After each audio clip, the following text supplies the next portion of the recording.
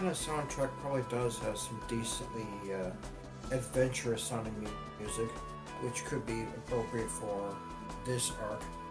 I would Yeah. say the same thing about Tales of Symphonia too.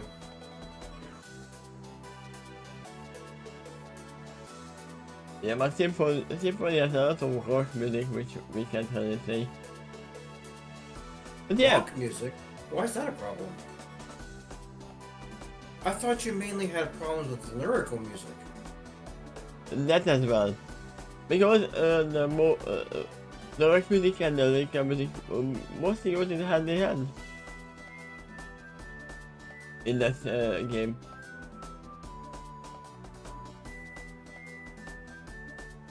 But yeah, good morning everybody, hi. Good morning. You cannot see me. I'd like to say that for this chapter, I'm looking forward to your read because, well, I kind of personally find it to be very atmospheric in an interesting way.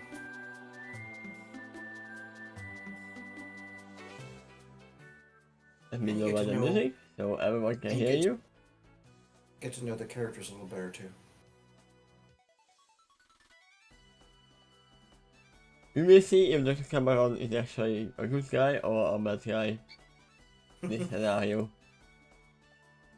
Sure. What's your expectations so far, though? I am on the part that innocent until proven guilty, so Okay. Okay. I'm gonna assume he is the canon at this moment, that he might actually be just a researcher at this moment. Well, if you're right, that would explain why Agate looks up to him so much right now.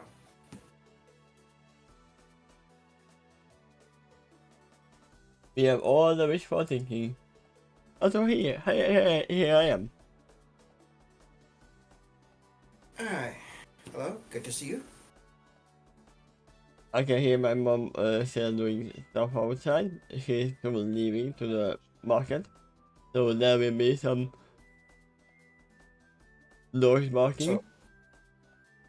So she is home, but from the sounds of it, maybe not for too long. Okay, it seems that it's not hearable for you, but for me it is really loud. They are shouting. Or talking very loudly.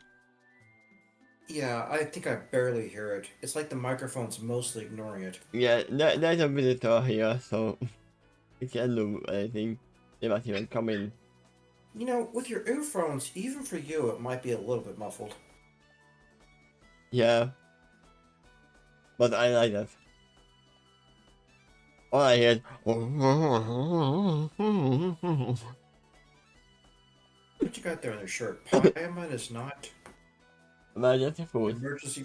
Oh, I think I've seen that one before. Yeah, you have seen this one multiple times. But yeah, I would say let's start Dark and Stormy Night.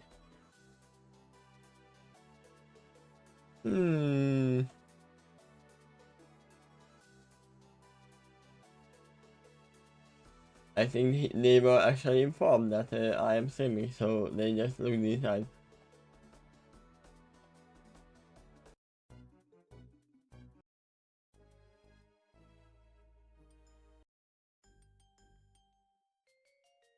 There we go. It's good. It can be a little bit louder, right? The music. Its volume's okay, but yeah, you could turn it up if you want. Doesn't have to be louder, but this loud is fine.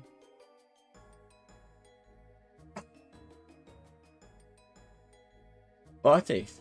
A dark and stormy night. I am here, miss.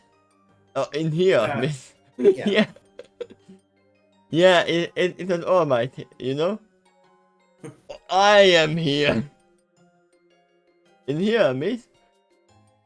I immediately misread the first word in the whole game. Yep. In here, miss, I is an especially young sailor, Taylor Stallion, in white and blue striped shirt. who seemed as young as he possibly can be, and still been called on the Lord.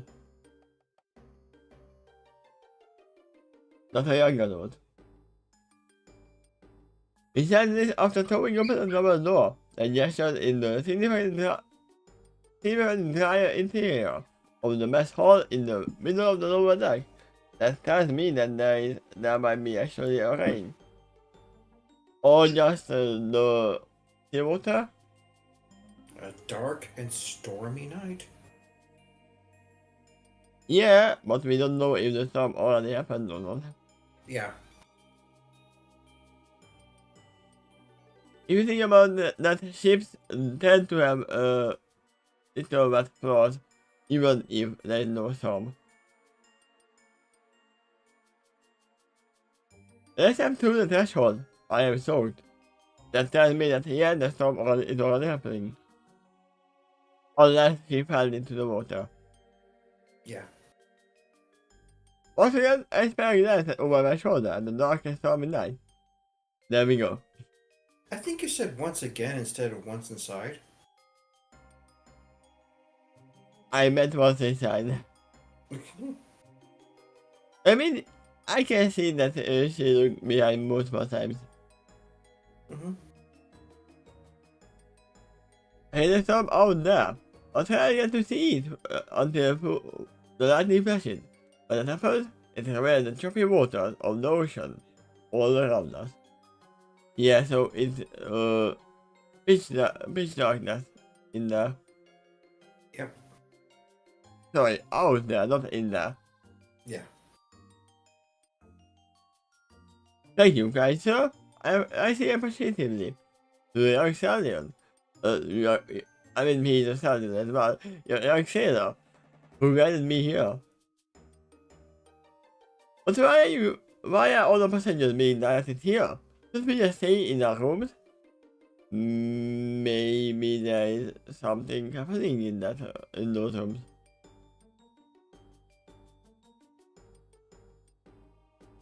Captain ordered. The sailor explained as he tips off his right escapement. All passengers are being directed to the mess hall. It doesn't say captains, it's captain's orders. Yeah, but it's the same thing. Yeah. He just said it with a little more of an accent. Whoa. Hold on. Oh god.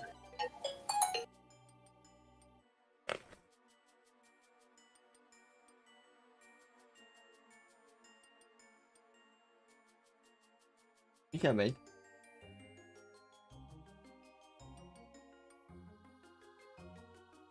Now, you can go ahead. I'll keep the microphone on mute. Okay. All passengers are being directed to the mess hall for the safety of the storm passing. So it was more dangerous for us to remain in our rooms. And double check. I mean, probably that on the outside of the ship the rooms are, and the mess hall is in the middle. So the storm is hitting it less. In the middle of speaking, the sailor answered with a slight roll of his eyes. I wanted to say, the passengers would be safer here. We escorted all around the deck, you see. It's closer to the ocean storm. They are on the outer ring of the ship. Just as what I thought. You have no guarantee the passengers might not suffer from the flooding in there. Lord of that, still out the story in that case. Honestly, it's not been even that bad. But this mess hall is more centralized, away from the storm. But the captain believes it is best to keep all the passengers visible here, so we can make sure you are all safe. So the captain actually knows what he's doing. Yeah, that's the impression. Just trying to go for that. If he's responsible enough to run the ship, he does it professionally. Yeah.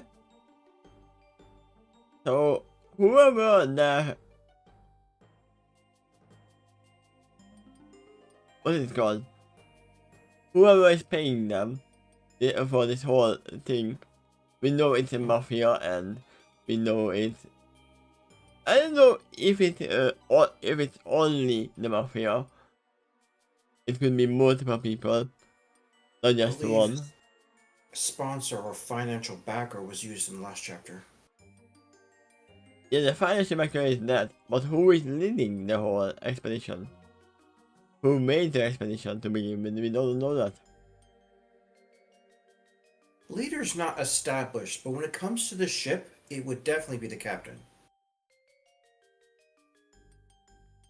Yeah, because someone had to make the whole thing, and someone had to actually hire get and to come around and the doctor. Even if Colonel Panders was aboard the ship, the one who owns the ship, that doesn't mean he commands the crew. He's Yeah, hired the captain for that because he has more training to handle the ship and the crew. but yeah, they are not getting anything out of Hoof. They are Yeah. sure to get the best of the best.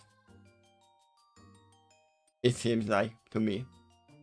Other than I guess who has no experience on the Hoof. Combined with whoever is available and decided to accept the job, Yeah? with a possible coercion here, because we did establish the last chapter, at least according to Straight Arrow, this guy has access to dirty business and clean business. You know what? I have a theory. What's that?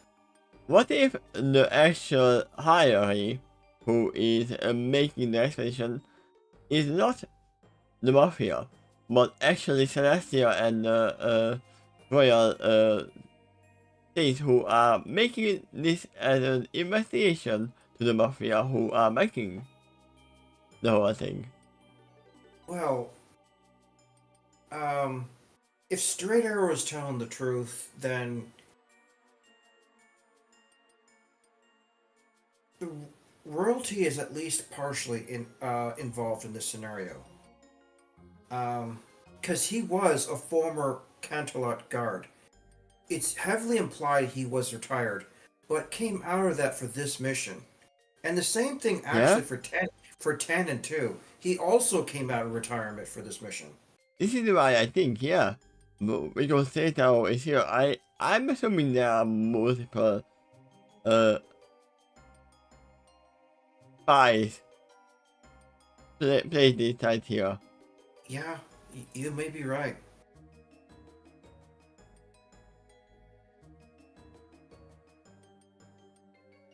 To get the Mafia on the hand in hand handed. Aside from that, don't you think that Celestia might be interested in whatever they discover on the new continent?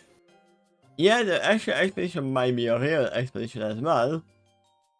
Mhm. But as I said, it can be a bait as well to lure out the Mafia. Oh yeah, probably both. So until proven anything else, that's what I think. That's what I'm gonna Okay. think. And I'm pretty sure we will definitely have someone who written down somewhere that yeah, I was the one who made the expedition. Okay. I said about the mess hall. I think that the lighting isn't that strong in here. Glowbox lanterns appear to be the only light source. Did we ever see glowbox in MLP?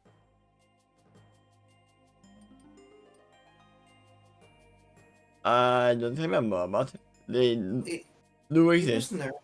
It is in there multiple times. Weirdly enough, they also blew out the light by opening the container, blowing in, and you see the bugs fly out of the lantern. Yeah. I mean, you can just And get the zombies or whatever they are called. They have it light as well. they got candles and lanterns too.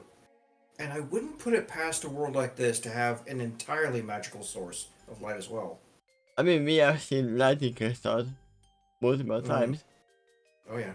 And because this is made by the Mafia, they have enough money to get some. And even then, it seems to me used sparingly. I mean, they don't really need that much light in here. And probably using glowbox lanterns because they are the safest ones around the ship in the stormy night. Yeah. Because the crystals can malfunction, fire can be spread, but if the robot breaks, then oh no, some robots flew around. Whatever shall we do? They do take up their own kind of fuel. Remember, these are living creatures. They're going to have to be fed. Yeah? And you're going to have some oxygen in the container, too.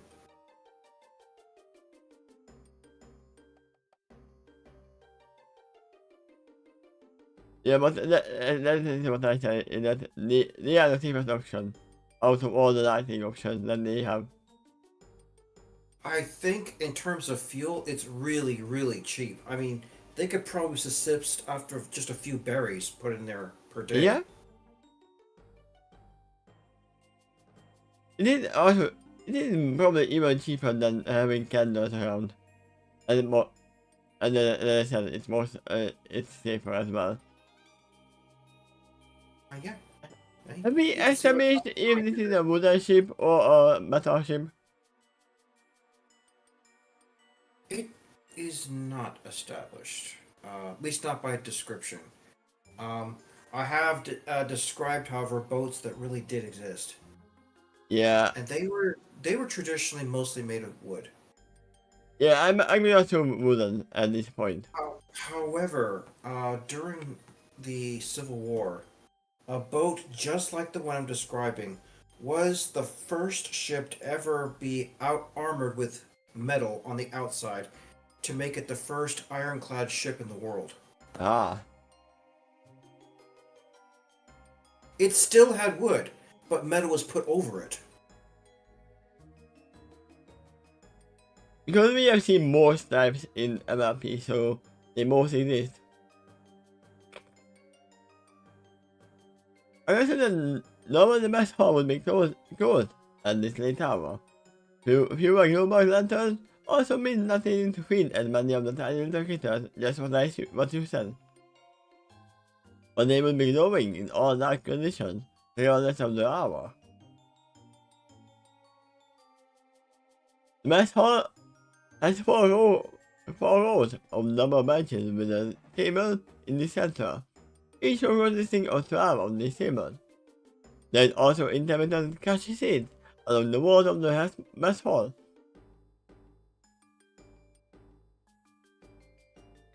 In addition to a few of the global lanterns is a window, which is faced the deck beyond. But this mess hall is quite a bit lower, so only the hoods or other poles kissing the deck beyond is visible. Of that, I see some sailors out there rushing back and forth in a bit of frenzy. The sight of this makes me very nervous. I would ought to say that they would be running to lower the sails, but I remember that you saying that it was a sailor ship, right? Yeah, it's engine powered. Yeah. So I have no idea why they are running back and forth then. They will be standing inside the engine room. And some of them would be on the lookout for any kind of thing on the water. But they wouldn't turn around. It's not specified why they're doing it, but there is some reason.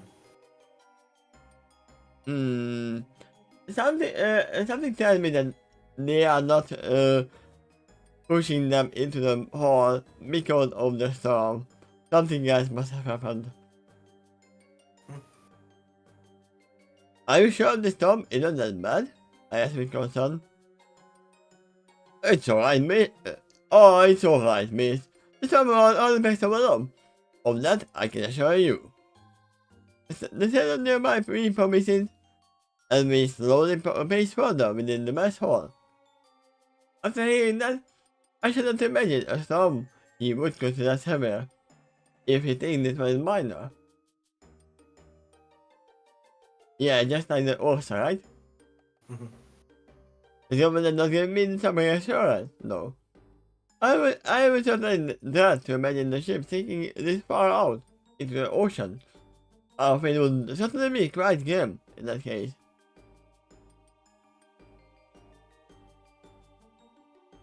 Oh yeah, thinking back about the Ursa accident, I do think that Daisy actually met with the Ursa minor and did think that it was a major one. And then emerged the story. Because you wouldn't know how big an Ursa should be. You could, yeah, could be, but I believe she said she did face one, but didn't conquer it. That part she lied about. And misidentified it as a major instead of a minor. Yeah, she didn't lie. As I said, she emerged it into, yeah, I was there, I know. So there was some part of it that was true, which is, yeah, I met one. No, that wasn't true. Nothing else. She's a stage magician. It's kind of her job to embellish things for the purposes of entertainment. Yeah, but I think that the whole thing was actually just something that, okay, I got amazed these two young fools. Not fools, fools. Also recall she had a different wagon at the time, which got crushed by the Ursa Minor. That particular wagon was kind of an upgrade compared to the one she had later, because the first wagon was actually able to unfold itself into a stage. I mean, she did collect a lot of money to get that one. And yet, she had strong sentimental attachment to the second wagon. More than expected, but it's interesting to see that. Probably had attachment to the first one as well. Yeah, that's possible. It would also explain another reason why she was going after Twilight later on. Well, kind of, except she was not the one that attracted the Ursa Minor. If anything, yeah, she'd be punishing Snips and Snails for that, and she kind of did.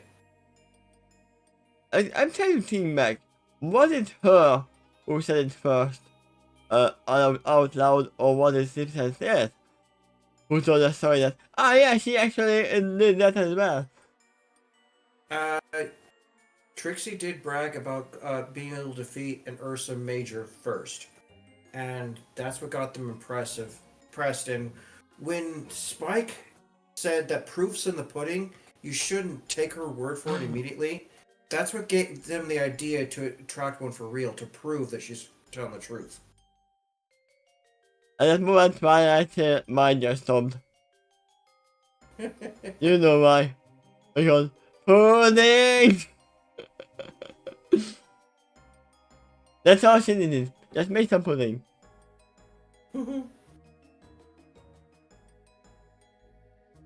But yeah, the whole thing was about, it doesn't matter. This is all just getting back to this.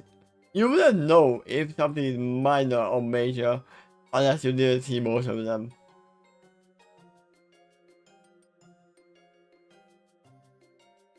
Be it Ursa, be it a storm, be it anything else.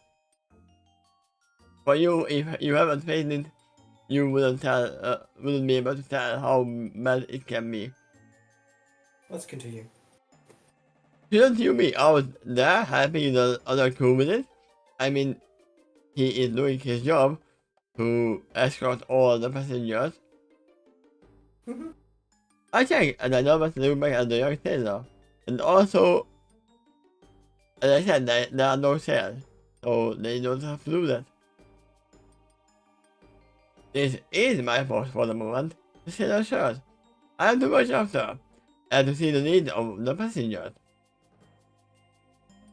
Mademoiselle, called out the familiar voice of the Cameron, and lead him at the very back of the mess hall, where there is more cozy furniture, which includes a coffee table between them. Them? Or between the furniture. I don't have multiple poses there, but I assume there are multiple poses there as well. Upon looking at him, I ventured towards him. If you don't mind, I have a few questions for you.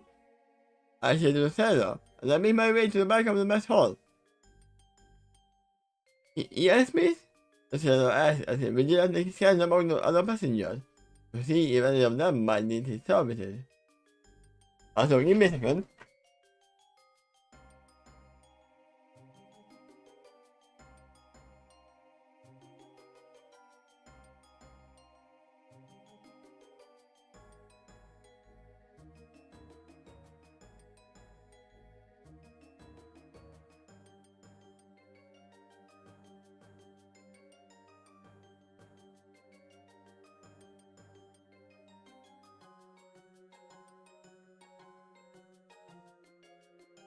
Okay, I had to check on the girls. They were awfully silent, which is not always a good sign.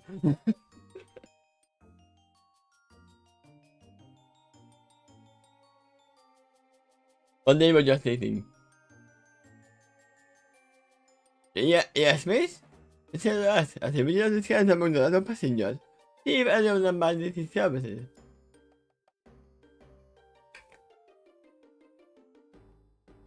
Earlier today, I did not see any parasite flying in the sky to move the storm cloud into place. So what gives? I asked. It doesn't seem settled at all. Yeah, because it's in the ocean.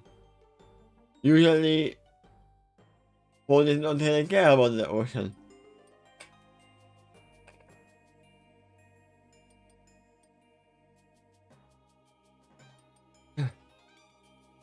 On land, you actually need the storm. But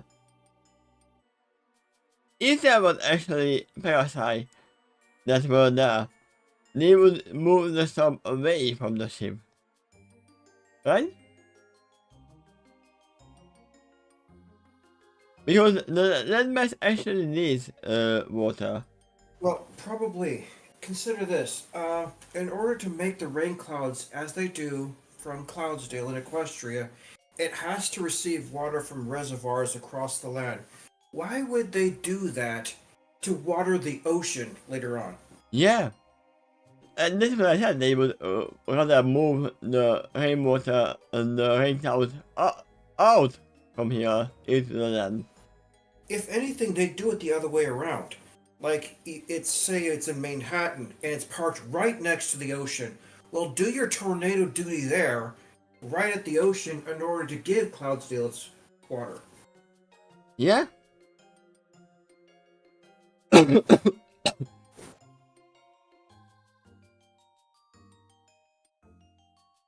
said that should be a critical look.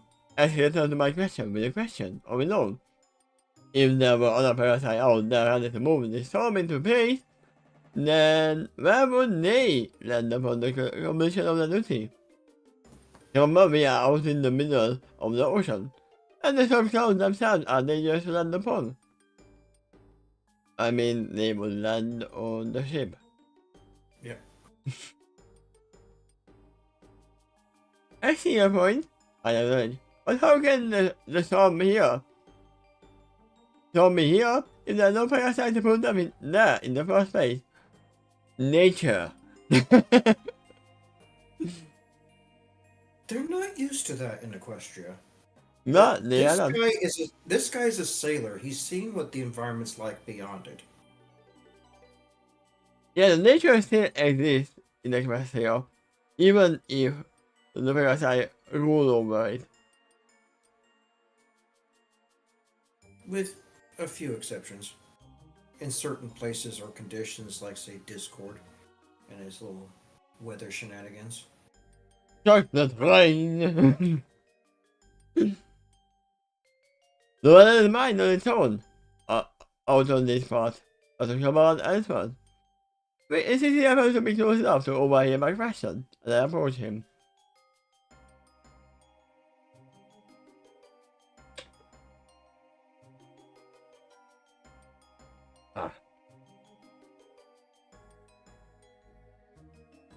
That actually seems to me, the norm outside the mountain of Equestria.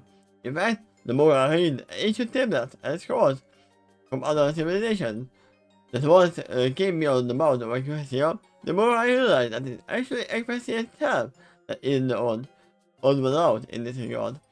Yeah, I'm pretty sure that the Griffin don't move the clouds. They can, but they don't really care. Yeah, they can stand on clouds, so you can think they can push it too. And the others don't do that either. People riffs, no, they don't do that either. Is there any other flying race that we know that are sentient? I would have suspected Changeling until I saw Celis being surprised at her ability to stand on clouds. And I still wonder if you shape change into a pony that maybe you could stand on clouds in that case. So I still find that a bit questionable. Yeah, the changes before this was all the underground race, so they didn't really care about storms at this moment. So Yeah, for the most part, when they do go to the surface, it's usually for something else. And the changelings are a new race, kind of. So Yeah, after they're getting reformed, the majority of them are just hugging close to this one society. I'm thinking they're going to branch out slowly as the rest of the world gets used to them again. I mean, they are the ones who are capable of most of the things, and they can actually move the weather. And they are learning from the ponies, so they might get some stuff from them. Potentially, yes, but I haven't seen that in the show. Yeah, because we didn't really follow them all after that. They changed. That's all. They showed us once or twice after that. I question the hippogriffs too, whether they can stand on clouds or not. And I don't believe the show gave that answer. I believe they can, because wasn't there a time when the students went on to Cloudsdale? Correct. Yeah, because that was when Yoda almost had to her death. Yoda forgot that she can. See more carefully when the other students start falling. Did that include Silverstream? Was she forced to hop off the cloud and fly instead of just continuing to stand there? I think she did. I think she did hop off the cloud, but the Pegasi did that too. So I'm not sure if it's much of a clue.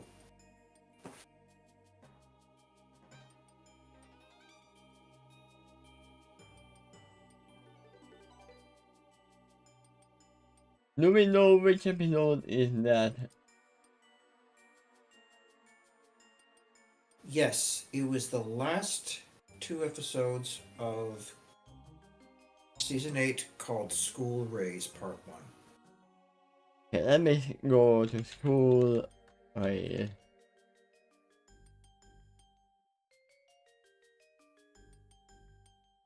School Days, right? No, Raise. School Days would be the first 2 episodes of Season 8. Those 2 titles are paralleling each other on purpose. Let me go, he...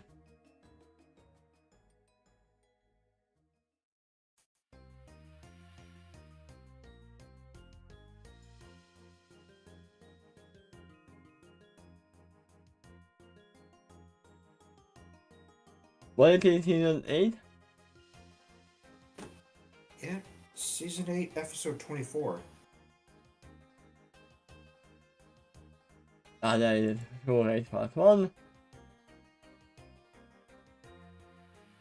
But I can actually go to the gallery and check if she actually held on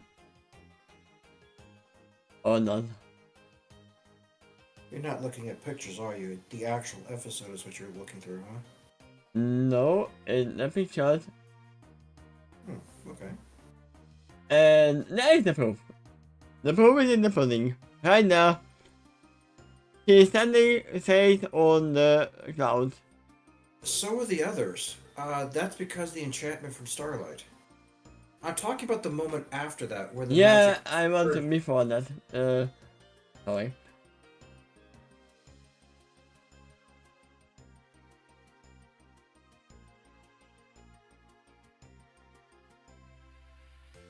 No, this is before Yoda fell. He walked off to a different area where she fell through. So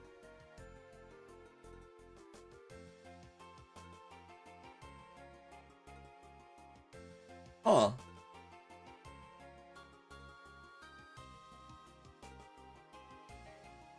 But yeah, I assume almost all flying creatures can step on the clouds. Like last year. Find that questionable. I'm almost certain dragons can't.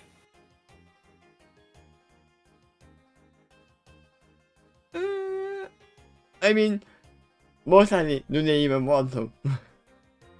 In the question. Uh, yeah.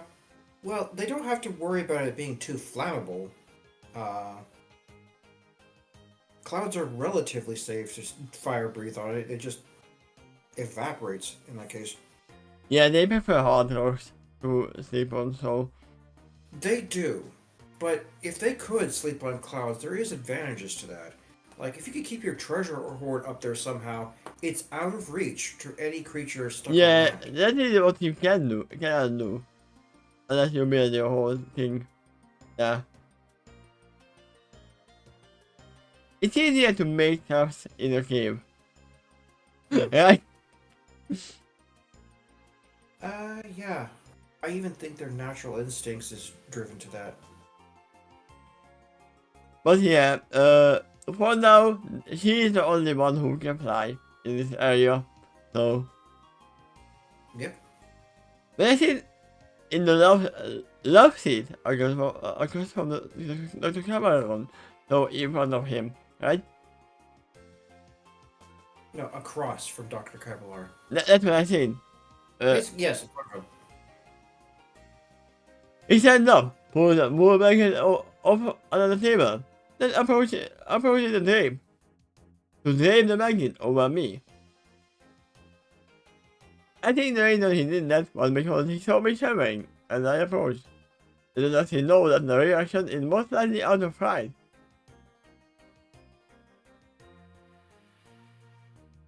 You are very capable at this moment, I guess. Because all you heard was, Dr. Cameron might have to do something with the mafia. No, they didn't even say too much about him. They just said that, no, the mafia is doing this, and the guards have something to do with them. And he Yep. might have some shady business. Trader did not sound certain whether Cavaleron was guilty or innocent. He just recommended withholding this information from him because there might be a problem by telling him either way. I mean, why would he say that? Miss, we are in the mafia now. Right. After he gave the magnet on me, and the one of the magnet seeped into my hand, I thought she was that. Maybe I was actually cold. At this point, I started to wonder if maybe I really was cold before. What I said, right? Right. Or perhaps there is something psychologically prophetic about this magnet that made me feel somehow safer, and therefore I thought to shiver less, even if the source is fear. Do I remember right? Did Trixie had her favorite magnet as well, or was it Starlight? Trixie. Trixie or Starlight? Who had a favorite magnet?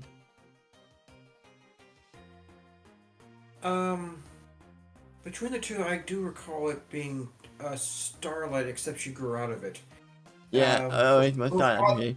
Her father forced it on her head because he still treats her like a filly. Oh yeah, I thought that's what it. I remember one of them having female markings. And I'm pretty sure most of the kids actually had one in their life.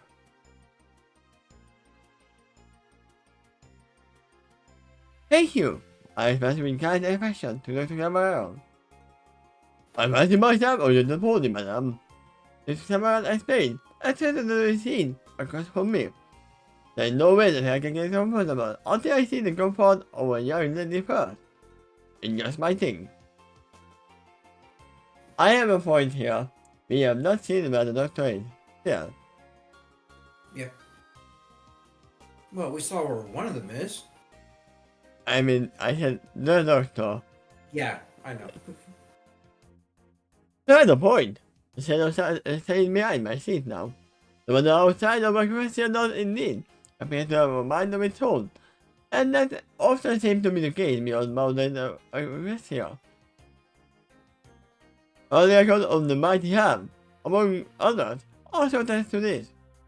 So to have an edge, I see looked over his seat. So there's a maid passing by. There's a pattern full of things, with smile like cider. With a cow as he passing. He noticing that more than mine. I mean that is the point of her carrying this around. The cider in this case is poured into an elegant looking wine glass.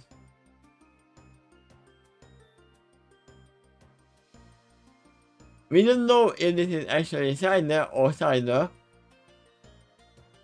There are two types of cider, the alcoholic and the non-alcoholic.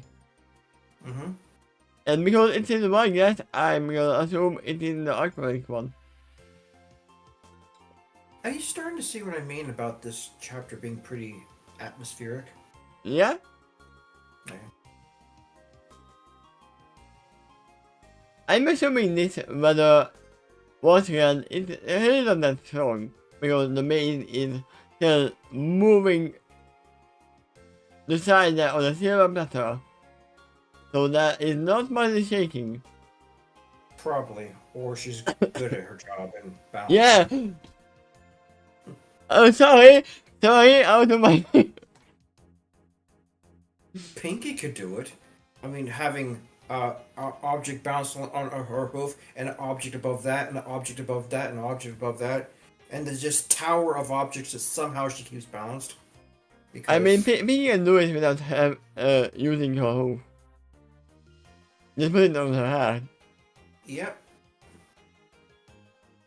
Yeah, physics is just a suggestion to Pinkie Pie. Yeah. And then moving on its own. I was saying. I mused aloud.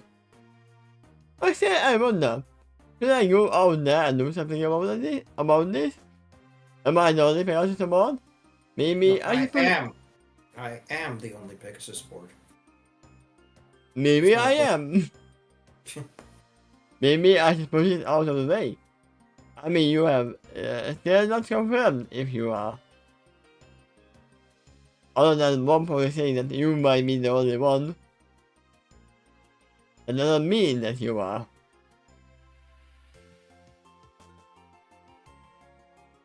You don't work with other teams or Parasite, do you, Miss Keystone? To come out and ask, while aiming one eye at me. And same I also lifted his eyebrow. He lifts his eyeglass at me. That's really towards me. Or not able to spare his name. Yeah, see, I was with the question you just made.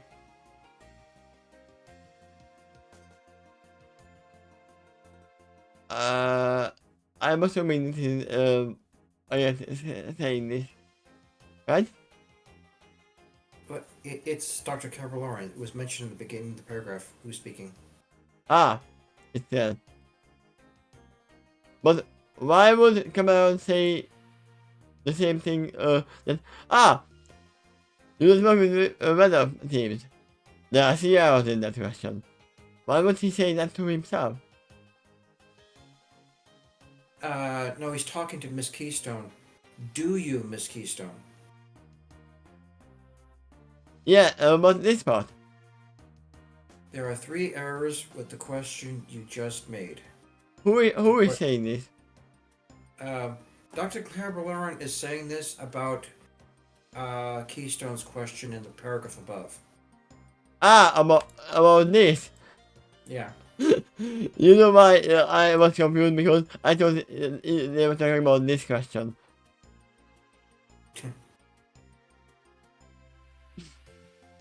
Now, he's talking to Keystone, so the question you asked a moment ago. Ah, should I go out there and do something about this? Yeah. For one, it's basically a moot point for whether a parasite to attempt move further than moves on its own. The best they would only temporarily. No, because the weather police can and still work like that. That nature still works on its own in the grass here, but they predict how it will move. And that's how they work. So if you move it out of the way and know where the wind blows it and stuff, you can still clear the way for the ship. Temporarily. No, he's right. When the weather was closing in on the Crystal Empire, they could only momentarily delay it, but it kept on coming. That is different. That Storm is quite magical. That is concentrated on, yeah, the storm is gonna happen on the Crystal Empire. Actually, no. I believe the storm was natural. It was magically kept away by the crystal.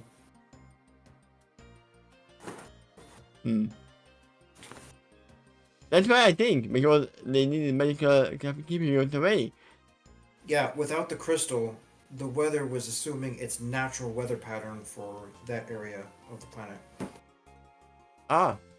For some reason, I always assumed that was a magically induced storm. Maybe my Santa Kingdom got disappeared. Yeah, it's the opposite of that. But yeah, No, this is not comparing the two. This is just a normal storm. Yeah, it is. That is why that for some reason that yeah, you would be able to do it if you did it before the storm happened. While the storm is happening, you won't be able to do anything, especially if it's thunder and lightning. Very frightening. She could push it a little bit, but it wouldn't make much of a Nah, difference. you can't. These are electricity charged storm clouds. Oh yeah, that too. Read on. But two, you would need an army of flyers out there to make a significant difference. The storm is spread across the horizon, and it is affecting the choppy water accordingly. Moving your whole through the storm in one spot would be insignificant at this point. At this point is the Yeah. thing. As I said, if she did things before the storm happening, she could eventually stop the storm entirely because it wouldn't accommodate in time. More like delay it, actually. I mean, yeah, but by that point they would be not there because the ship is moving. Yeah. That's all she needed to do. If she was a weather pony. Especially since that hole would close itself up in a few seconds later anyway. Will it be a few seconds? Yeah. That's what happened. That's what happened in the Frozen North. As per se, a professional weather pony would tell you it's not as dangerous to them to change the storm during the storm. Yeah, that is what I said.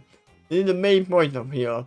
That, yeah, you can change the weather, but not during the storm.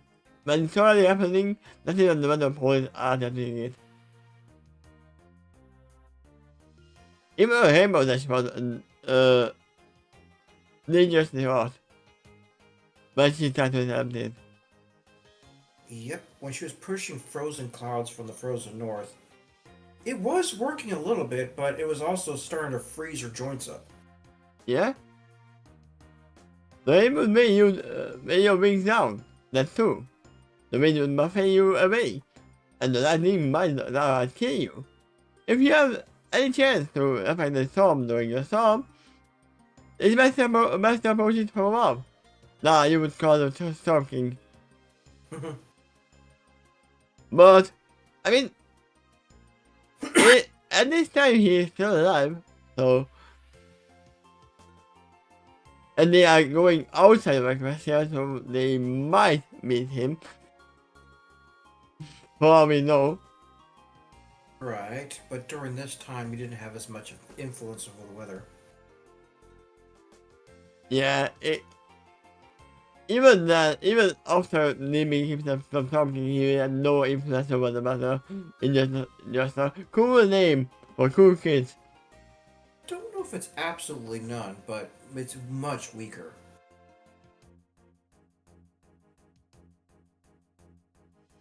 I would also assume that the storm is most likely meaning the army power that she has. I am the storm that is coming. There's a chance, too, that during this time period, the Storm King didn't have that staff at all. It wasn't acquired or invented yet. Yeah? But, he shrugged, if there's no opening in the sky visible, especially during the night, then there is no safe way to get above the storm, so it must ride it out. So the camera looks at it as well as his name, while other four legs rest on the top of the couch behind him. Literally the... Yep, something like that. Exactly. I know that that is typically... Oh! I actually know that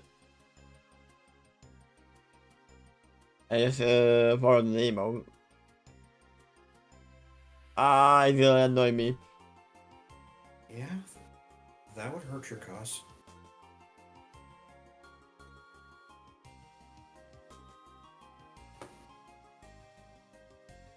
Knowing the names of stuff is pretty important when you do web searches. There are ways around it, but it's harder.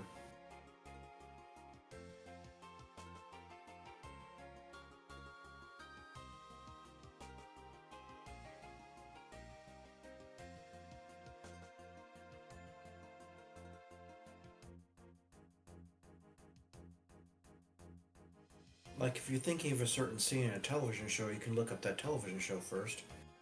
There might be something in there that will narrow your search down. It's fine. I read it. Let's not even try because it might just come to my mind when we are doing this. We know what we're talking about here. And then made the wine glass to his mother, and then he had the armor with a savoring expression, put opening his eyes narrowly at me, as he said, "Trust me, mother, it must leave this matter up to the professionals." Upon saying that, Dr. Kamara finally shifts the saber his leg. "I'm afraid I must agree," agreed the sailor. "Come on, help me? I think you are the only person aboard the ship anyway, and you are just a passenger. You are a similar professional weather pony, right?" "I'm afraid I don't have any experience with that profession," I confessed. "But I heard about it a bit about that. I mean, try not to say that is more than enough experience." I shake my head. "So far, the only times I heard about weather phenomenon like this, it was a roughy forest near Polar Mill and the frozen north. Are you really trying to tell me that this might be the norm all over the world beyond Equestria?" "I can't say for sure. I'm a sailor. I just work here. I only know what it's like across the ocean during the few months I worked about the ship."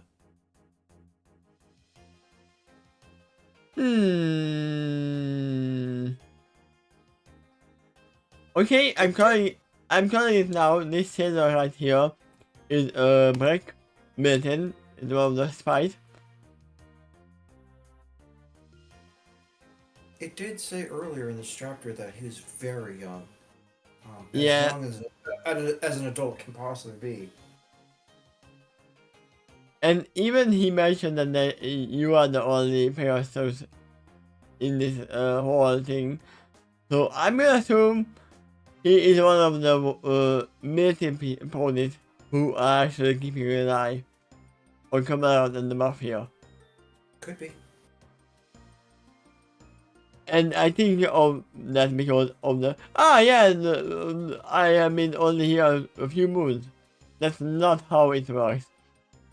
You usually have a very well established crew on a ship.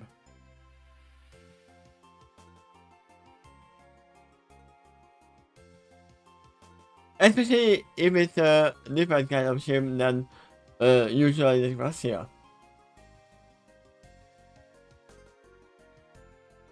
I'm assuming most of the ships are actually steam powered.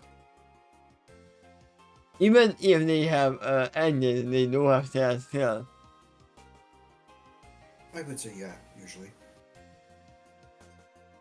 And even then, this is the first time we had the meet Major Longitude. This is how informed after the table of the thing, and then it's my side. The sun is not in my direction, as he then said. In our highest category up, I suppose you are already more involved with this process. You may have an idea where we are relative to this point, where we left. But, when we find the new continent, we will need to mark it on a new navigational maps. Yeah, I'm confused as well. Why don't she also make a map?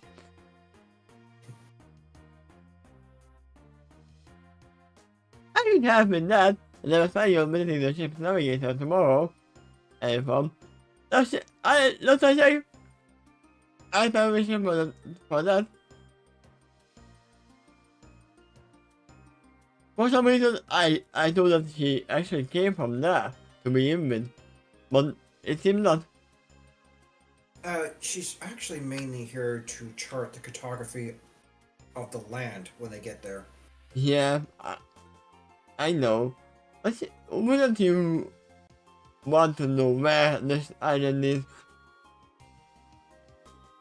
Yeah, that's why she's planning to check on that pretty soon. Yeah.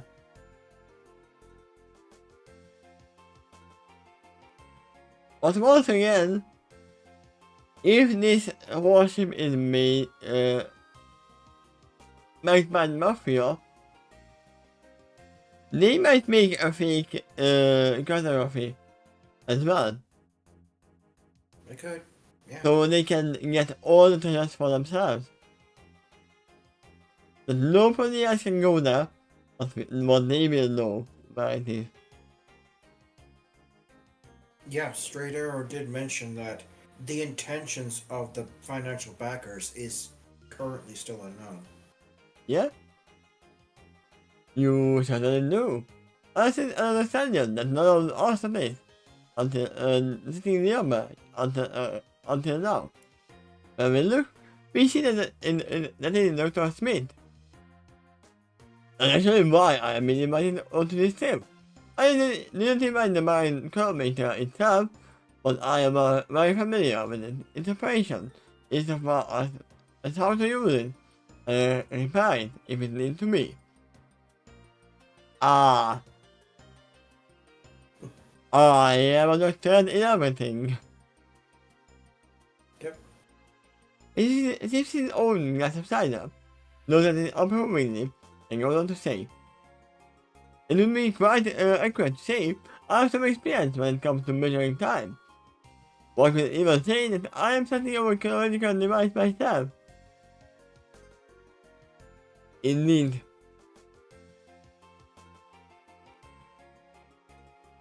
Really? Cameron asked with fascination. Like the market is an hourglass, but no space imagine. And this might explain the situation. Hey, no more then. They took the camera outside, and it is wine glass to Dr. Smith. And it told another store. I met plenty of other Polish with practical talent. Yeah, it's not a rare pony. Yep.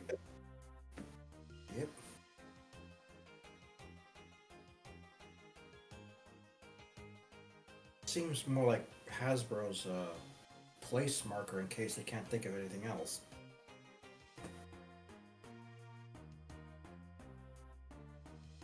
Exactly.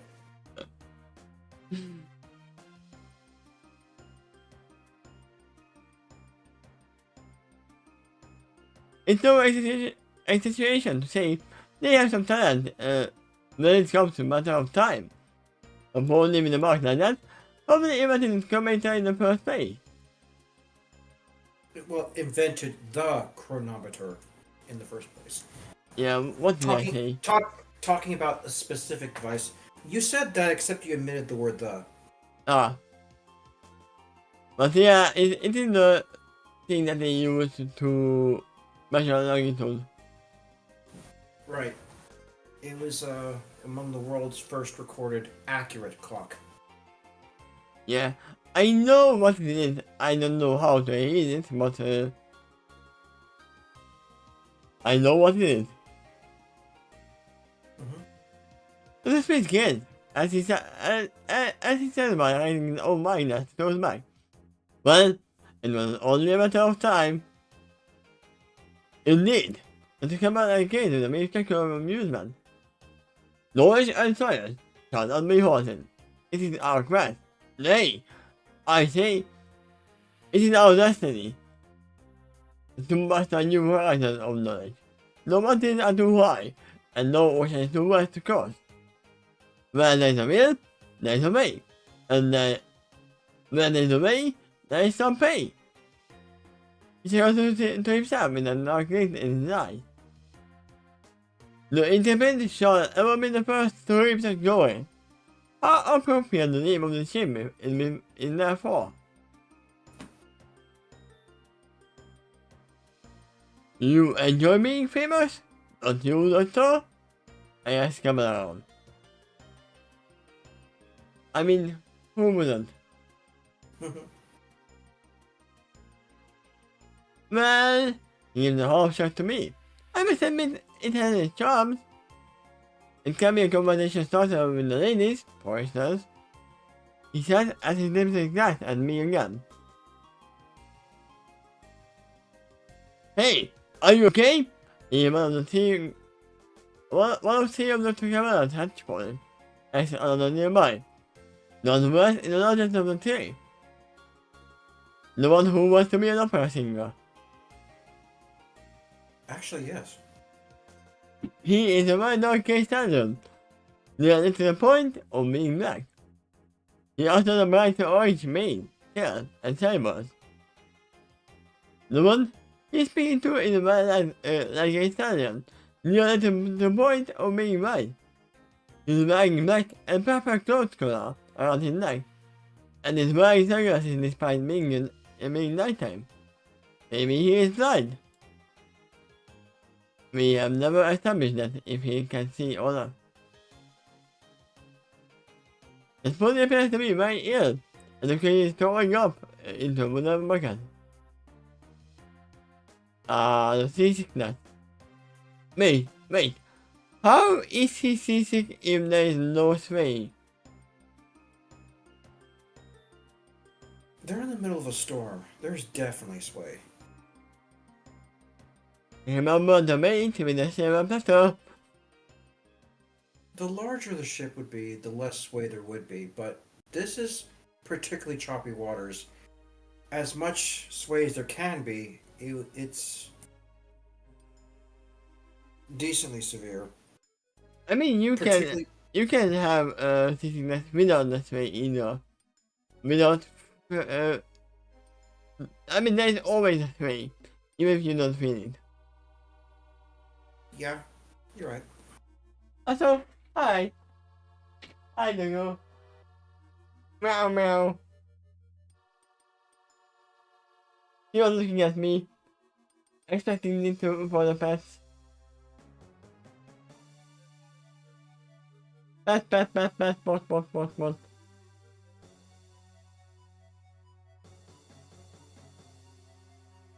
No, don't take the little thing from the nest.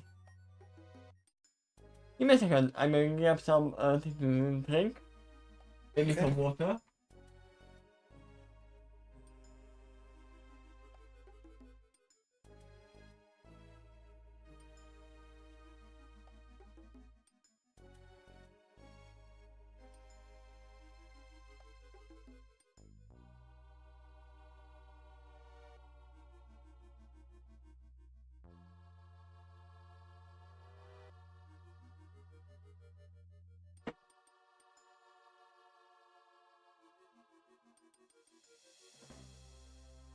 I suppose it has to happen to some pony. The amount of Cameron, so I know how pony.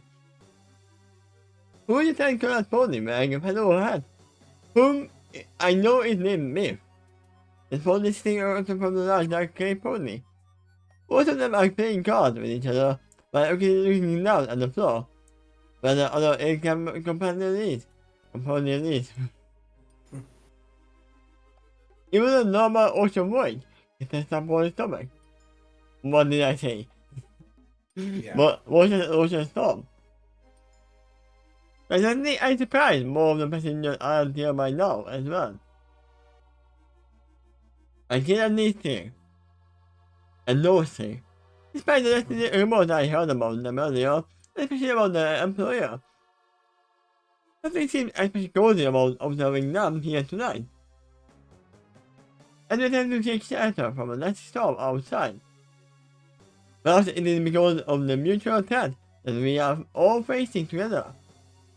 I'm not sure why, but it makes me fear them less. Right now, I don't feel compelled to save them. If they were in danger, I am convinced doing so might end up saving my own life later on. Since they will send me around to protect me. Regardless of the past, we are in this particular danger together tonight. And that sort of give me an enemy of my enemy is my enemy. Yeah, never mind. I literally said enemy instead of friend.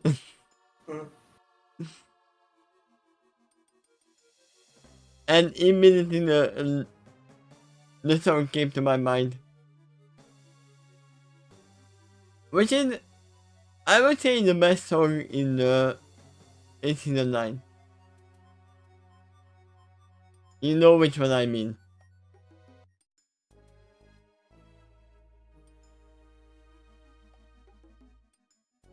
I hope this feeling lasts ever onward into the future. Let me something not to come around, if you don't mind. I say as I got my idol again. Of all the discoveries you haven't made yet, which one do you hope to uncover the most? I would very love to uncover my first being filled with money. You have a little eyebrow at me and says me. You mean beside the last continent? Actually, including the continent, if it counts in your eyes. I say with a small bright smile at him. I think we don't need this dark music at the moment.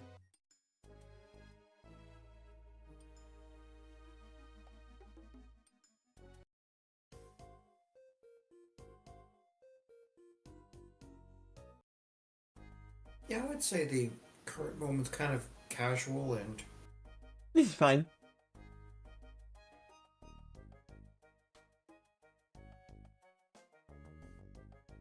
Just not what casual I'm talking.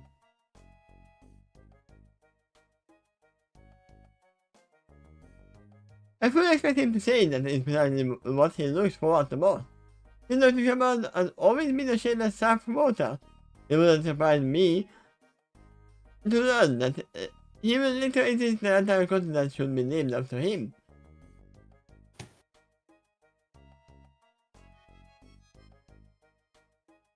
I almost said something stupid about you are calling Cameron a shameless self-promoter, but you are the one who will have a book written about yourself. Well, it hasn't happened yet. Yeah. And she did fictionalize it some. Did she? Yeah. She didn't even change the name Dr. Cameron. She did not, but she did change the names of other things. Like, Wait, change the... does that mean she literally defamed Dr. Cameron in her books? That is defamation. Well, kind of, but from her perspective, she was just being honest about what she's observed about him. It's like I wrote a book about how stupid you are. Mm.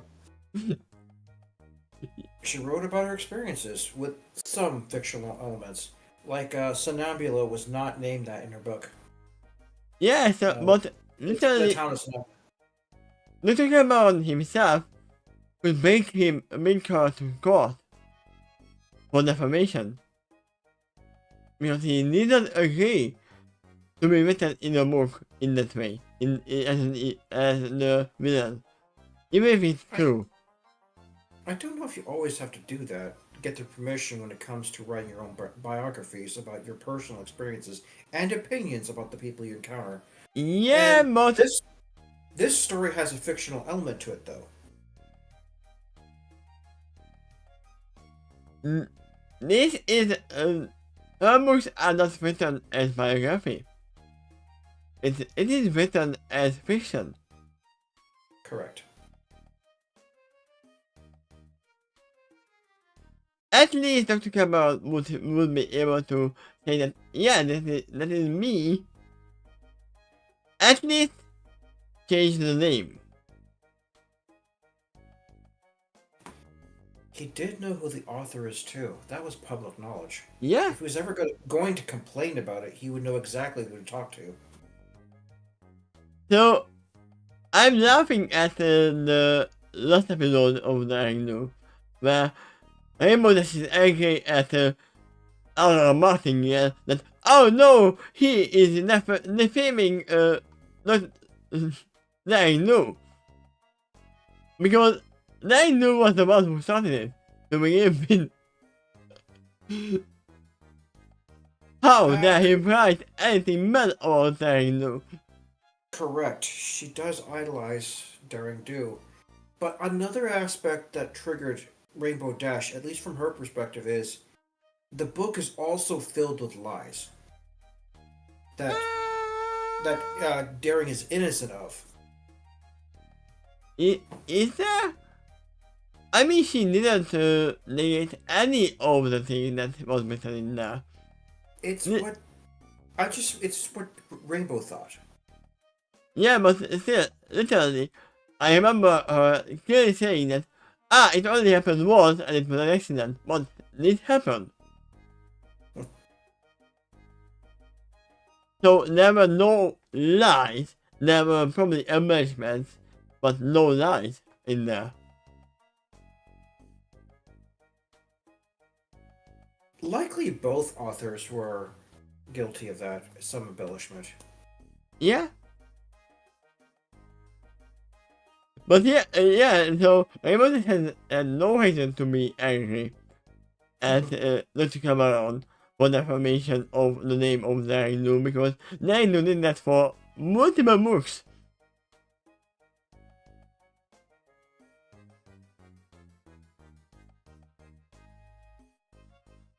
Oh yeah. And in a sense, Caballero was eventually doing the same strategy that she did. yeah, but he didn't know that it was her. Yep. My greatest discovery, huh? Discovered as simulated or impression in his mind that again. The one that gets far away, gets away so far. The legend that I continue to chase. Yeah! I don't favor the mind again, since I'm really looking forward to hearing more on the subject. I will take it as me begin cutting things into the camera's eyes, as he can do that at his own reflection for a moment, before letting the ring into his lips. He saw the same, and gazed me sharply above the edge of the cup, and he said, believe it or not, the greater discovery that I am chasing is not something that deserve, but it might be contained within it. I mean, probably yeah, there is treasure. Oh? I asked with further rising fascination.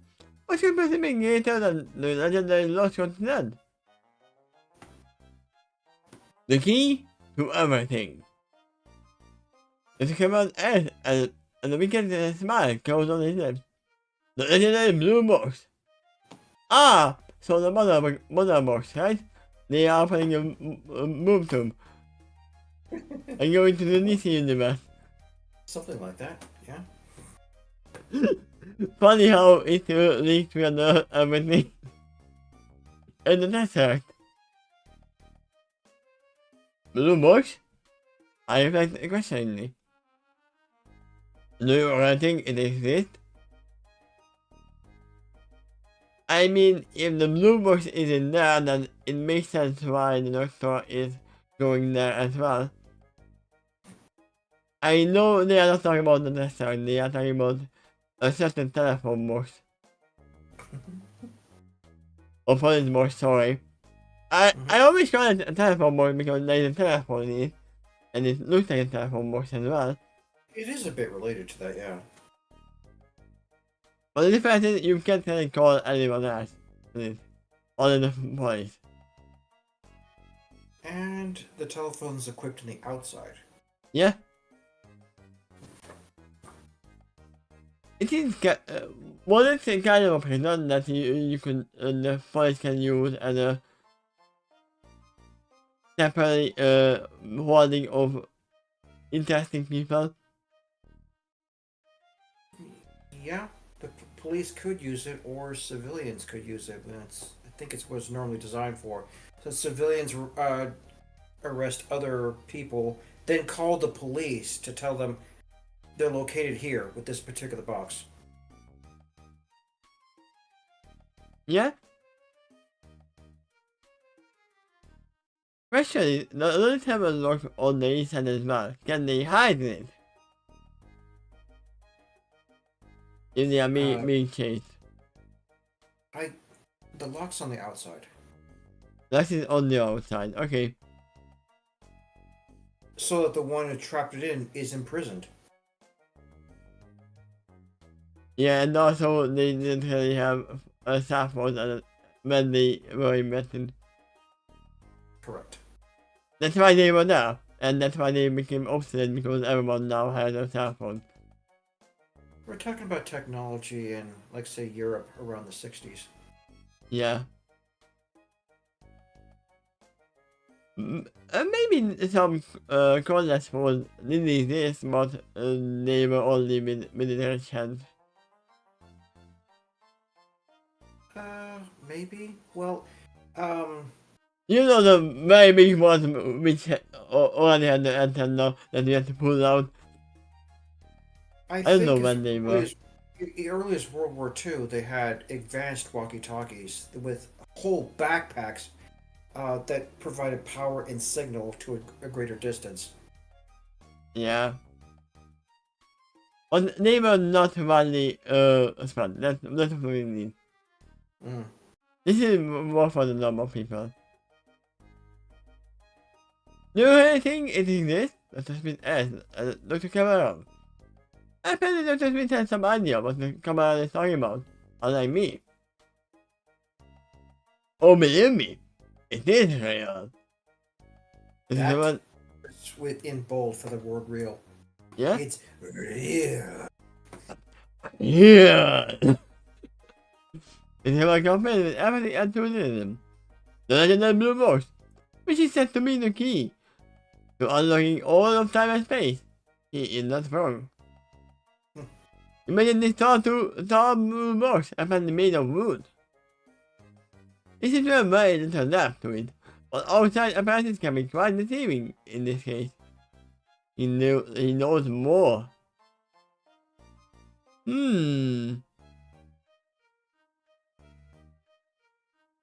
I think Dr. Smith taking the same everything by now we can eye it Dr. Cameron slightly.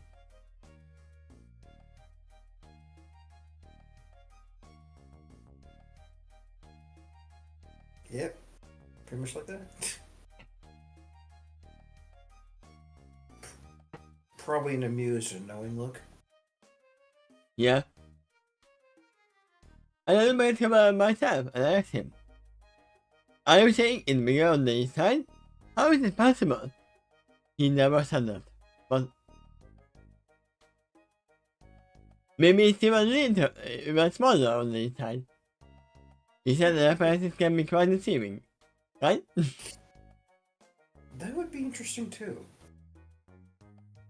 I mean, no, that is actually possible if it's filled with everything inside and you open it and there is just a wall. Yep. I mean, if you think about that, the whole center control takes up the whole ship, it would take up if it wasn't bigger on the inside. I actually seen a prop of the TARDIS at the Renaissance Fair before. Ah. And have you seen the Doctor?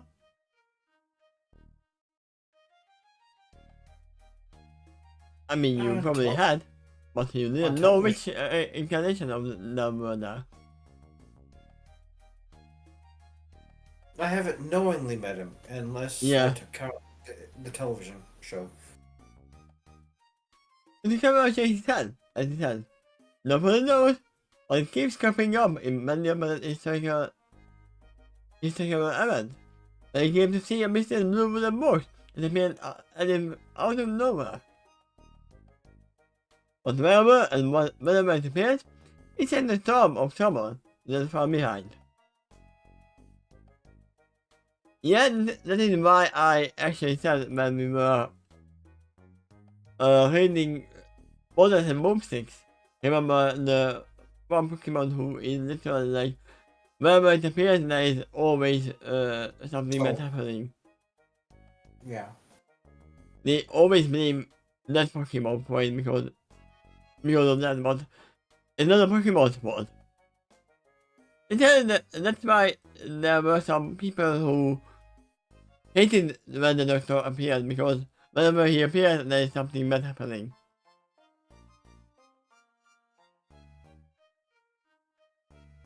He's the oncoming storm.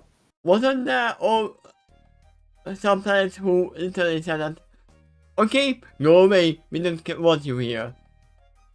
Probably. Nothing jumps to my mind, but very likely it occurred. Well, it doesn't matter. If he appeared, then the storm is already here. They can't do anything. If you include every moment that's off camera, I find it even more likely, fictionally speaking. Yeah. So, it is not wrong to say that the storm is not far behind. Yep. And the storm we are having outside right now? No. The nearby Arcano asked as he looked out the window with a middle gun. It can be, but usually doesn't sit around. Come on, answered. Isn't I think more of intense storm of destiny? The kind of legendary event that spiral around it. But wherever such event come from, be on the lookout for the blue boat. It might be just somewhere in the area. For all we know, it might even be on the ship right now. Yeah. But probably not, because the Doctor was moving here on a coach. First the train, then the coach, then the ship. Yeah, so I assume he came from or is traveling to the box. Why would the blue box appear in such an area? And let's come around. Again, nobody knows for sure, other than saying that the blue box can appear and disappear at will. Especially when the chameleon score is actually working. Yeah, this chapter puts another interesting dynamic twist to the crossover between My Little Pony and Doctor Who. Because if this ship does exist in this universe, it's existed for a while, and such things might make it to the historical records, and he's an archaeologist, so he'd be able to come across less than common information. I mean, for all we know, it might only exist for 2 seconds, but time is very relative. He is saying it cropped up multiple times, though. Yeah? Probably different societies. That's a pattern.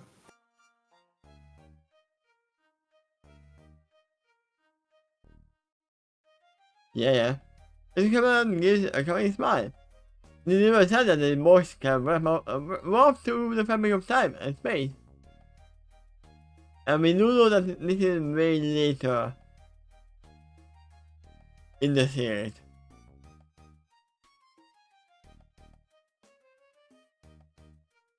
Because this is the second time that they are gonna meet. The first time was the second time for the Doctor. Without an end quote in the last paragraph, it means Cabalaron's still speaking, but now Yeah. he's changing the subject a bit. Why would multiple creatures across multiple epochs keep describing the same thing the same way over and over again? And the pattern to the surrounding event, during time the blue box appears too. Perhaps it is because the box calling somehow, or perhaps it is in response to the event itself.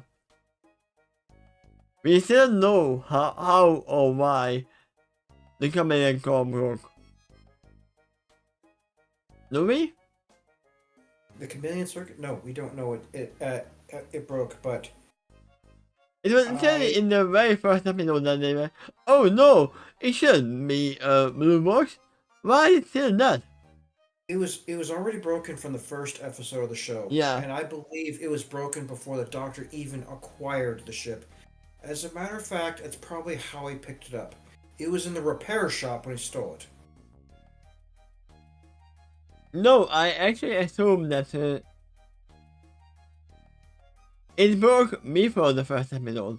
Because where they were Correct. at the moment is actually good for the time period. Yeah, when he... Most likely when he stole it, it was already broken even back then. You say the otherwise. I say it probably broke after they left, when the other people joined. That's when it broke. Could be. Maybe all the things that made it broken is just, you guys joined the ship. I don't recall that particular point ever being officially established, though. Yeah. Just to put out. Because then why would I forgot her name, the granddaughter. That'd be Susan. Susan, why was Susan saying that? It shouldn't be this. It should change. So they definitely saw it change, saw it working, and they were traveling before. It doesn't necessarily mean that ship did when she got aboard, but she's aware the ship normally should be able to do that. Yeah, but still, I think it does. It broke at the first episode. Okay. It doesn't matter. It's broken. So happens though, in the first episode it appeared in, it wouldn't appear as out of place because during that time period, police call boxes actually existed in that time period and that place. Yeah, that's why I said that. Probably the only thing that's a little weird for that box was the fact it was in a warehouse. Yeah. But in the warehouse, anything can be. Yeah. Anything potentially could be stored in there.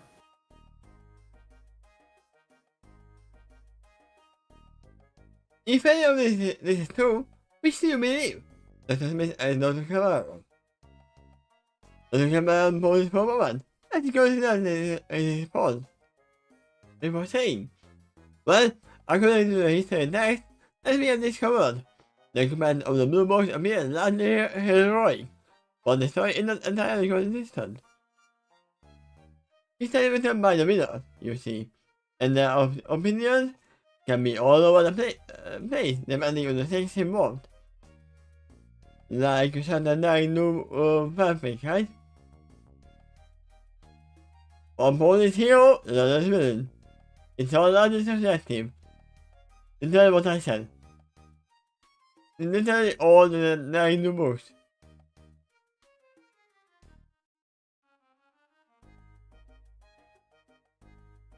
From all we know, Dr. Cameron's perspective, Nine is the villain, because she is the one who pops up every time, and steals the treasure that he That he's handsome. I hope so. Very likely, yes. When the Dr. Cabaleron is being devious, he's aware of that, but still, from his perspective, it's Daring that's the antagonist. It's funny how even for Aristotle, Daring was most likely a villain as well. Right? Even more so than Cabaleron, because Cabaleron didn't steal as much. Because Daring always stopped him. When she does acquire items, she like tries to put it in the museum or at least some safe location just in case the object itself is dangerous or could lead to something dangerous. That seems to be her primary motive overall. And also, I would also say education. Um, she's gathering the object in order to help enlighten society about it. Yeah. And herself. I would also say she's personally interested in the history. Like, ooh, I'm holding the object that has historical value. That's not necessarily greed. Yeah, she was never greedy, because if she was greedy, she would sell them. I would say, however, greed is strongly the motive for Dr. Cabaleron, and he's very much aware of that too. Yeah. But once again, there was literally nothing wrong with that at that moment. And at first, we know now that, and at first, he was supposed to sell them, give them to museum, or his own museum to begin with. Yeah, that might have been his primary motivation at one time.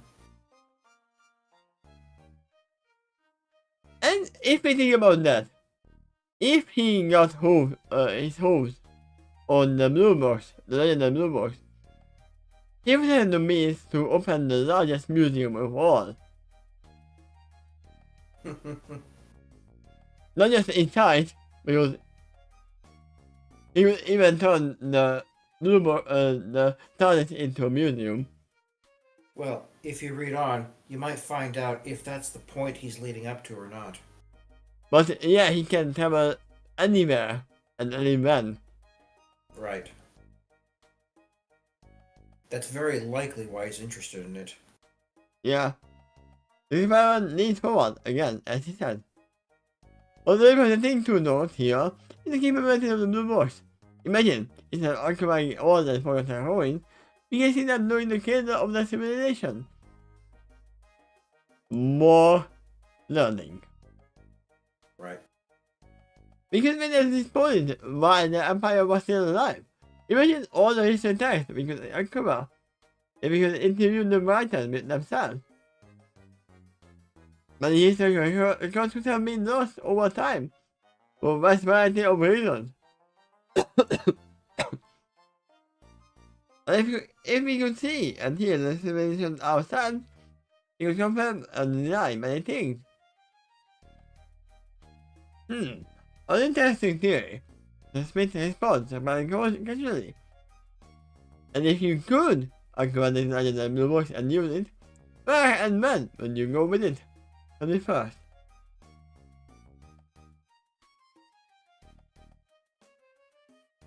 Oh! The command swells his things again.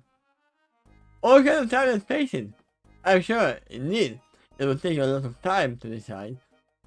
It's time which should be quite ambiguous to Foley, who has access to the time machine. He is not so far different from the Doctor at this point. Yeah. Well, he is an explorer. You can question his motives all you want, but that part is definitely true. It sounds incredible. And moreover, the goal is autonomously.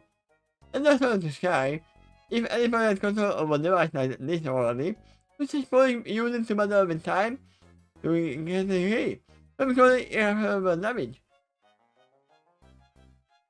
Define irreparable. That makes challenging me. It seems to me that if I did actually a program like that, and it actually destroys all of the time and space with it, then could we possibly exist right now to discuss it? I mean, the TARDIS itself does have a black hole in it, right? Yes, it's basically part of its engine. So, one TARDIS can destroy time and space of that universe with malfunctions. This, I say we are living proof that if this movement doesn't exist, it seems to only be in the hands of someone who knows how to use it properly, use it responsibly. Several of us read questioning it when Dr. Smith mentioned the word hand and someone, but none of us seem to have either the courage or motive to bring it up. They should have no problem with someone. I'd say ponies are not accustomed to it, but when it is said, they're probably thinking it's referring to individuals beyond just ponies. Yeah? But then they use some creature. They could also think the same thing about hands, actually, because some species actually do have hands. But when he says that, they're thinking that he should be thinking, I am specifically referring to races that have hands. I mean, we can just think that,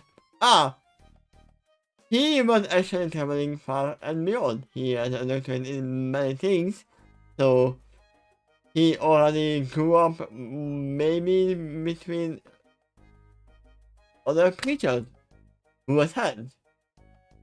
Like monkeys or such. Or heck, even Arizal has even more hands than humans do. Yeah?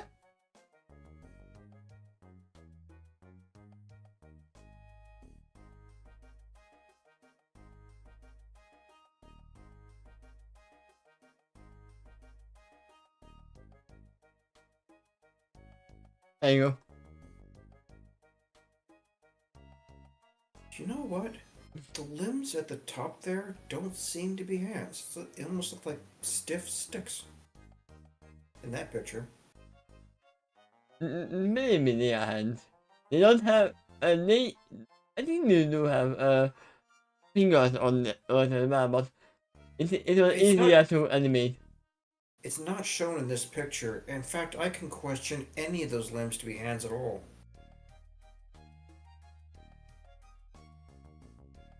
That tail is weird. But kind of used to that from that franchise. There you go. More hands.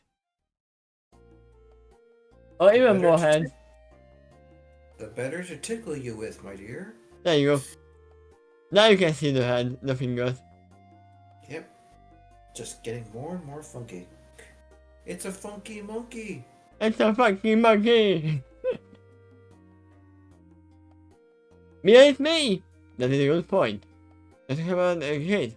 If this device was ever going to be used to automate the fabric of the universe from the past, then it already would have happened by now. And yet, here we are. He raised a device that's around to indicate everything around us. It's a thing this casually doing in dark and stormy night, by the path of one to an adventure and great discovery. Given the blue box in this position, and appearing and disappearing whenever and whenever it was. I am not saying there is a guaranteed chance we will ever encounter it, but the odds are higher if the Doctor is with us. Knowing important and climatic events, the journey we are on just might qualify. It probably not. It will surprise me.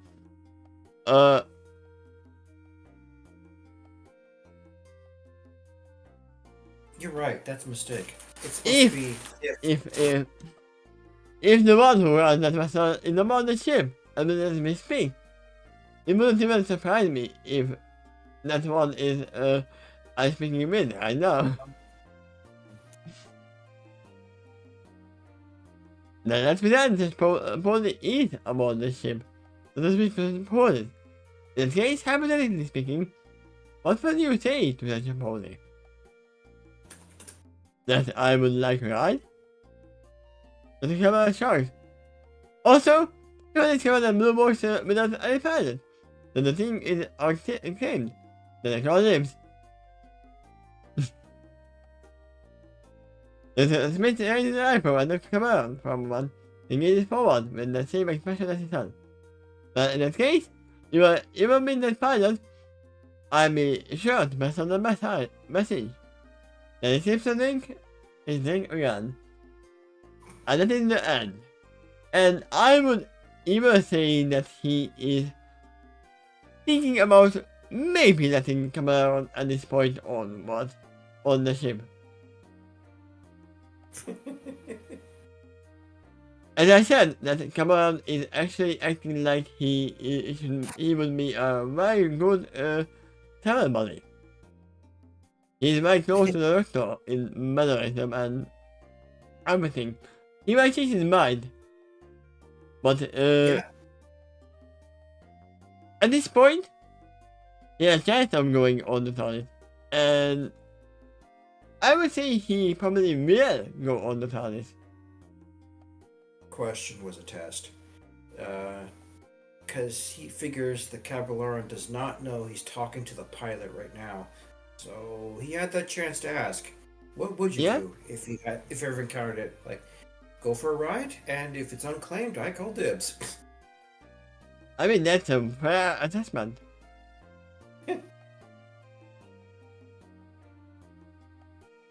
And the message has been passed. The pilot. Right. I mean, if the ride and the blue box is there, I mean, even if it's not, can the doctor later on call the TARDIS on? Oh wait, I'm stupid. Vision and the others are on the ship at this moment, so they can travel to where the doctor is. Yes, except they don't know how to use it. I mean, they didn't know when we left them. Once we Correct. know Vision at a later point, learns it. Yeah, if they are taught how to use it somehow, then yeah, that's an option. Wait, wasn't Dr. Kelly the one who was actually learning it first? They were literally talking about the whole thing that, yeah. Correct. Well, she was interested to learn, and the doctor was even thinking you might have the capacity to learn. So, And they don't even need to. Yeah. Last we left off with them, it didn't occur yet, but by now, maybe it has. I remember one thing. When we were in the first meeting for the doctor was already preparing a new mechanic to the TARDIS where they could just leap into the TARDIS with the runes or whatever they call the gems. Correct. The warp stone. If it's planted in the ground, it can create a teleportation circle. So this is the first time when they do meet the doctor, but the second time for the doctor. Correct. So I'm assuming the warp stone is already installed. So even if Dr. Kelly or Vision can't control the TARDIS yet, Doctor can go back whenever he wants. Right. That might be exactly what he's done. That's why he may not be as nervous about leaving Equestria where, say, the ship is parked back there. But he brought something with him to be able to have the ability to, at least for one charge, leap immediately back to the ship. Okay, I have my theory as of how Dr. Cameron will go onto the TARDIS. Not my invitation, but they will go find a new area, the continent. They will go into a temple or some kind of ruin that they want to explore. They tip off a trap. They activate a trap that's gonna look them in the temple and fill the whole thing with whatever happens is gonna be deadly. So the doctor will have to use the warp stone to get them out.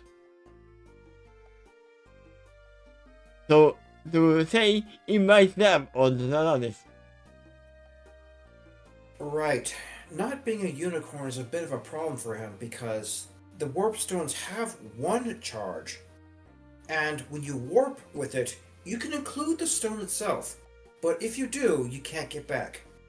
If you do, however, leave the stone there and you're able to magically charge it, you can go back from the TARDIS back to the circle. And loop back and forth as much as you want. But you can move multiple points with the warp stone, right? Correct. It is an area effect. Yeah, anyone so in the circle was used, including objects, will be teleported back and forth. Yeah, so I'm gonna assume that it's gonna be a safety device that they have to move, come around, and then move into the TARDIS to be safe. Because as an option, that does make sense. Even if he is gonna be disappointed in come around later on, which he probably will be. The Doctor knew there was an option because of the resources that Dr. Kelly brought, and he was even ashamed of himself that he didn't prepare it before going on to the Calaxian ship. Yeah? But say for a moment he didn't do it again. Now he's stuck on this other continent and he's got to go sail all the way across the ocean again to get back to the TARDIS. Given the resources he has and how intelligent he is, that does not make sense. So you're very likely right. He brought one of the warp stones with him now, and he configured a circle inside the TARDIS so that this specific warp stone can penetrate the TARDIS's defenses. It's either or, because he started teaching Dr. Kelly as well.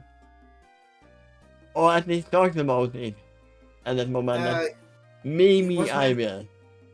It was mentioned, because she does seem capable of advanced math. And that's part of what's required to control the ship, because you gotta know the coordinates and time and space of the entire universe to figure out how to navigate the ship. And you do it blindly too. You have to do it in your head.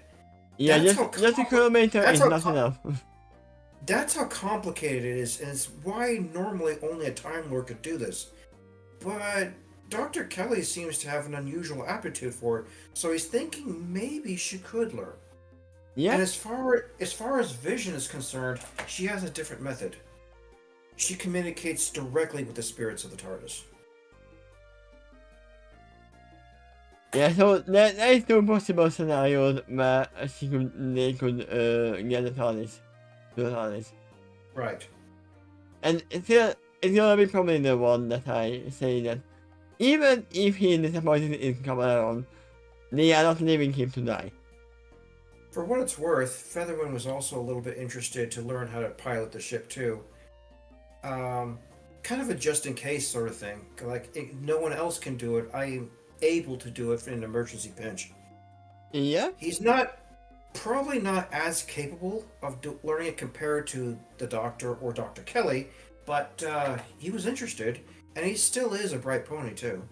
I mean, for all we know, he doesn't need to teach them to how to do this, do the whole thing, but he can preset coordinates and time, and just tell them to, and it's time past this button. Right, I was about to say that. If you do preset coordinates, then just flip the switch or press this button, and then it will do whatever it's preset to do. Yeah? That could also work for an emergency pinch. That's kind of a good idea. I should keep that in mind for the future stories.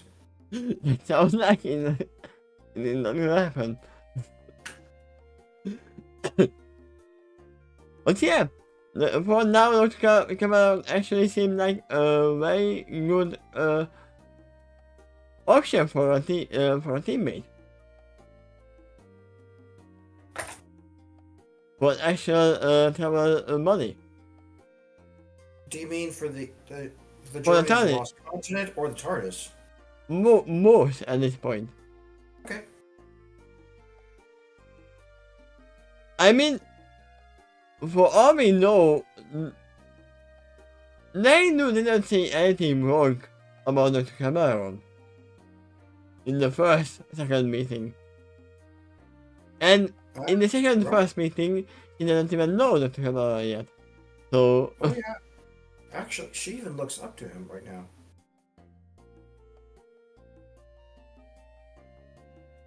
But yeah, like. Pretty dependently looks up to him. Like, I really rely on you because, unlike me, you're an adventurer. I'm counting on you to protect me in this journey. Wait, I'm curious. Is the order that I do here in this timeline? Because they literally went back in time. Right. To. Oh! There's a possibility if the cure was not extinct back then during this time period. You know what this whole thing tells me? It seems like that the whole continent will fall into pieces. Fall apart. Somehow. They hear something and the whole continent will just explode or something. So you're thinking the cure is located there, and the reason why it's not available later is something catastrophe happens to that continent? Yes. Right. And anyway, now that the past version of Daring Do is going there now, the future Daring Do would be aware it's there. Yeah. And whatever your past self encountered there. I'm 100% sure that the thing that they are referring to has come from this continent. That's why the cure is on the continent as well. And the only reason she would be like, we have to go back to the past is because the continent has been destroyed. Or sank under the ocean or something. Not available. Could be. It would also explain why she has personal experience and confidence about this issue. Yeah? If you're right though, she explored this continent pretty darn well, including encountering the cure, taking note of it, and remembering it all the way up to the future. I mean, it could be that they will actually just go back into full back time in the Master City or whatever that was. Right now, it's not as likely that the past version of Daring is that much of a botanist, but someone else aboard the ship might be, and could teach Daring Do that information. It could even be the Doctor himself, because he's like the expert in everything, right? Or it could be the Doctor. Right. The Doctor or the Doctor. Yeah, right. So, at this moment, I will assume there are at least 3 Doctors on the ship. There has to be at least 3. Because there is the Doctor, then Dr. Cameron, and probably the ship Doctor who is taking injuries. Yeah, I was wondering what you meant by the third, but alright, that makes sense. There has to be at least someone who is capable of fixing everyone. Even if they don't have a doctor yet. No, that would be useful for more than just the ship. If they have an actual trained physician, that could potentially be helpful during the exploration of the other continent too, right? Yeah? They can get injured there as well, or encounter strange diseases and all that. So yeah, it would be wise to have at least one aboard the ship. For some reason, I'm assuming most of the adventurers will probably perish during this expedition. Because this is not American canon, you can actually kill ponies. Well, right, except for the show canon characters. Yeah? No, you can kill them as well if you want to. Then that would make it an AU at that point. What? Alternate universe story. I mean, it is. Kind of. You literally said that Nerpy is not the Nerpy we know. So it is an alternate universe. And as far as the Doctor is concerned, is and isn't. There's two of them too. Yeah? So they are from alternate universes. So. Right. And even if they die, you know we have a time machine. So overall, what did you think of this chapter? It is fun. I I would say it's fun, but we still don't know why they are running around. What happened on the ship? I'm calling that it's not the storm itself why they are running around, because they don't have stairs to go down, to bring down and everything. It's an engine-powered ship. That's an interesting point, but the sailor that's with them doesn't sound too concerned. Yeah, I mean, he is doing his job. Right. He said that. This is my post. I'm here to serve you guys. And I'm pretty sure he is not the only one who is in the hall with others. We also encountered a maid in this chapter, and there might be a few others. I'm gonna also assume most of the sailors are probably as well planted by whoever made this whole little operation. That could be. It might even be from either party, but probably not For both. most parties, I would say. Yeah. Maybe the ones who are running around are from the planted ones, because they don't know what to do. In case of this scenario. This is just a normal slight storm. And the sailor told his son, this is just a small storm. This is usual.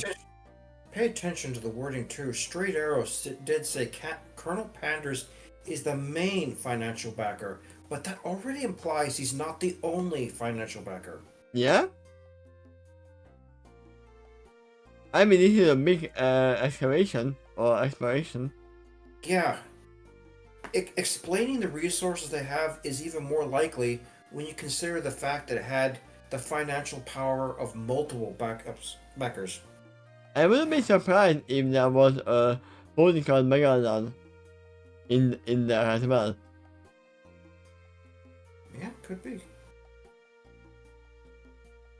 But yeah, we are at the end. We finished the story. And that would be funny if I said that. We finished the whole thing. Goodbye. Yeah, we never see us again.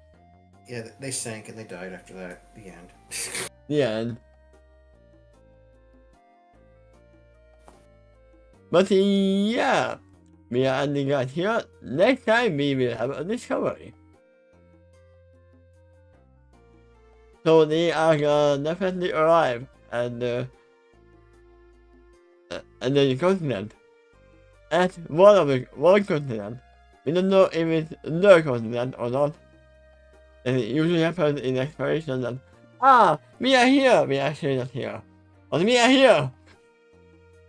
That title would at least imply they discover something along the way. Yeah. Yeah, so the next theme is gonna be... the next theme is gonna be at night for me with Agent of Justice. But the next one for this one is gonna be in 4 days. Because, 3 days of work. So, even in my time zone, whatever it is, 4 days ahead. Yeah. That would be 16, 17, 18, 19, 19th. For you, it's the 18-9. And the 18th night. Or 18, between the 18th and the 19th. So that we are literally around midnight for you, or 1 a.m., right? For you. Correct. You're normally scheduled this for around 11 o'clock. So yeah, in my it's time. for you it's 18th 11 o'clock. If I count right. Oh, Earlier okay. today, we had St. Valentine's today. Oh yeah, happy Valentine's to everyone, by the way. Mm-hmm.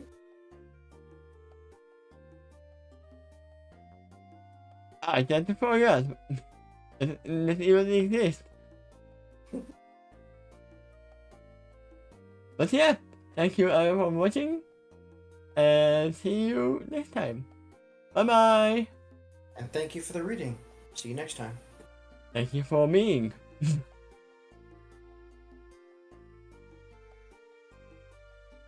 I should assume an auditor is gonna be someone there. And I hope he will be. Or one of the other creatures, in order to be him.